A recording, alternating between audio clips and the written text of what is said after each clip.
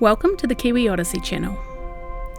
Cat's Log. Sea date 4th to the 10th of December 2024, Dominican Republic. We were supposed to go to Punta Cana, but because we were tendering and the waves were going to be too high, the captain decided we would go to the more sheltered spot of Casa de Campo. So we start with the view from our bedroom window.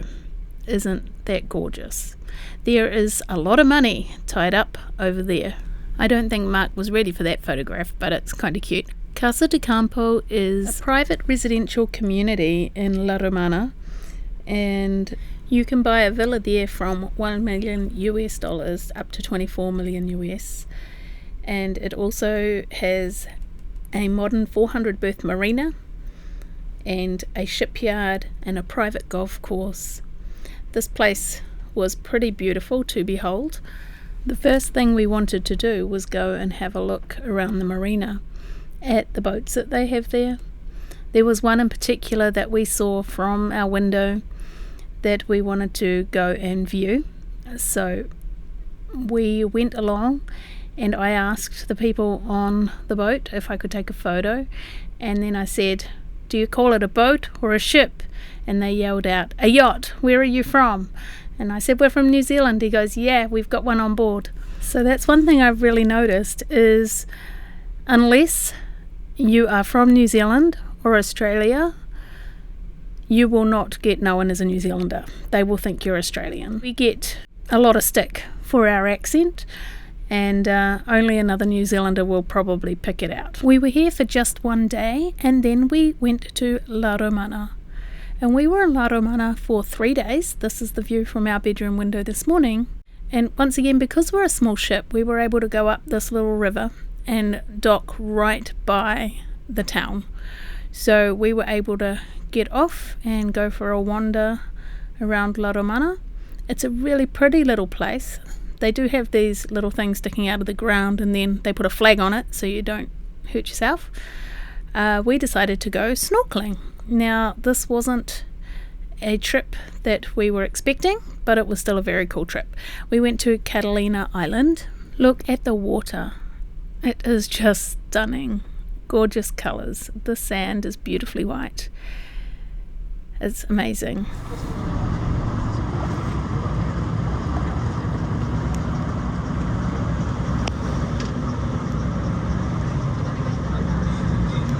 What was terribly sad though was snorkeling in these waters. There was so much rubbish at the bottom of this ocean. If someone was diving, they could totally go and pick it up, but because we were snorkeling, we couldn't get to the bottom enough to do so. We went round to the other side of the island for lunch and on the deck chairs. Mark and I don't normally do a lot of that, but it was fun. And that night we actually went to a Dominican Republic baseball game. Apparently that's a really big thing. Mark has a blue nose because we were on a party bus. Everybody got a free drink of rum, or 2 or 3, depending on what your fancy was, and it was straight. Anyway, the home team was called the Turtles, and their mascot was so super cute.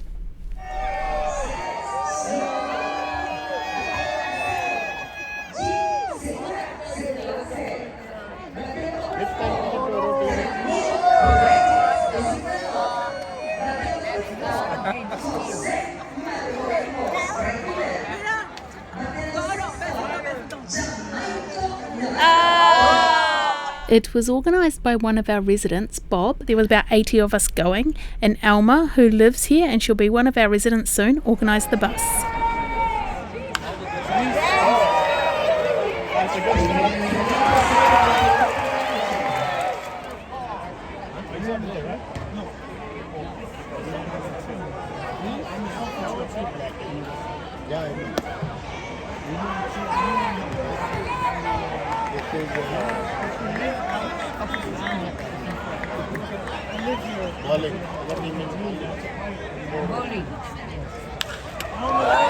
Mark and I took a little while to learn how to read the scoreboard, and there's one of our good residents there.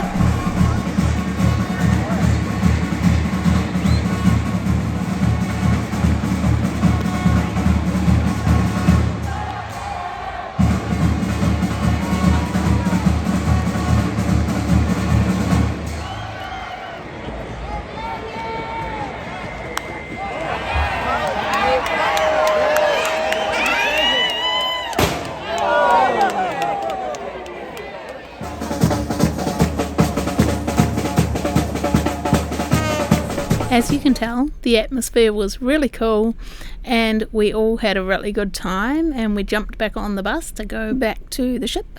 The next day we used as a work day, and then we were on our way to Santo Domingo.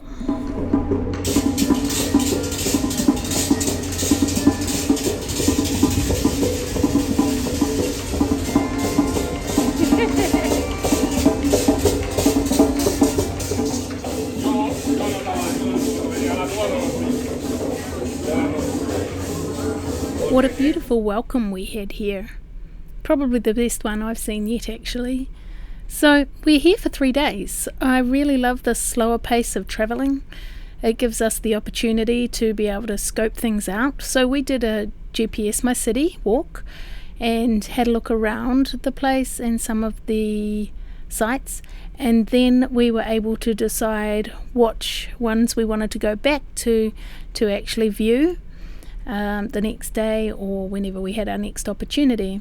These places have still got their city walls, which is crazily impressive. This one has stairs, unlike the one in Carrickfergus, who decided it was more prudent not to have stairs in case someone invaded you. You will have noticed that this video is way out of order. I have decided, in order to catch up, that I will post my most recent place now, and then I can go back and fill in the gaps. We have also been learning Spanish with the app called Duolingo. It is very, very good. And we went to a cafe, and while I was a little bit scared to ask for a coffee in Spanish, in the end I was able to actually ask for our bill in Spanish so we could pay it. So that was putting our learnings into practice, which was quite exciting. I know you want to hear it. Yo quiero pegar la cuenta, por favor. He's hoping that was fairly good pronunciation. The waiter understood what I meant. And the strange thing is, I had to spell it in Spanish on my Translate app to make sure I had the right words. This app, Duolingo, actually really, really helps if you want to learn any other languages. So I'm currently better at reading and writing Spanish than I am at speaking it, but it's a work in progress, and we love Spain and the Spanish speaking countries that we've been to so far, and we will definitely be coming back, so that is one of the reasons we want to learn the language. So meanwhile, we have been looking at all the beautiful old buildings from Santo Domingo. It is the capital city of the Dominican Republic, and a lot of these buildings can be dated back to the 1500s. And as you can see, there's some of the ones we wanted to look at were being repaired, so they had different things around them that we couldn't actually see much of the structure itself. But there's a lot of history around here, and we did find the entrance to the fort, and we decided that that was a place that we wanted to go and see next time we came back. I believe we had to get back to the ship for lunch and do some work in the afternoon. This is part of the beauty of the way we're travelling, is we can go out, explore, and then work in the afternoon to the evenings. We came across a square where they were playing some really cool music, and they sell corn to feed the pigeons. Now, I have never seen so many pigeons in one place in my whole life.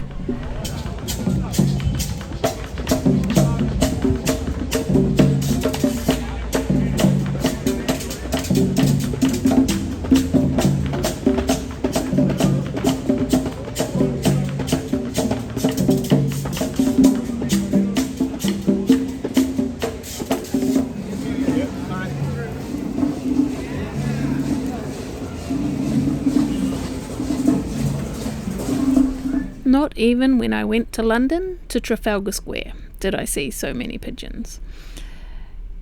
But then I'm not sure they should be feeding them corn either. But anyway, here we have a bunch of old and new buildings, which we're heading towards the town, and the other end of the town area where the end gate is, and that would be the end of our GPS city. So we head back to the ship, to the bus that was provided for us to go back to the port, and then to the ship for our lunch. and do some work.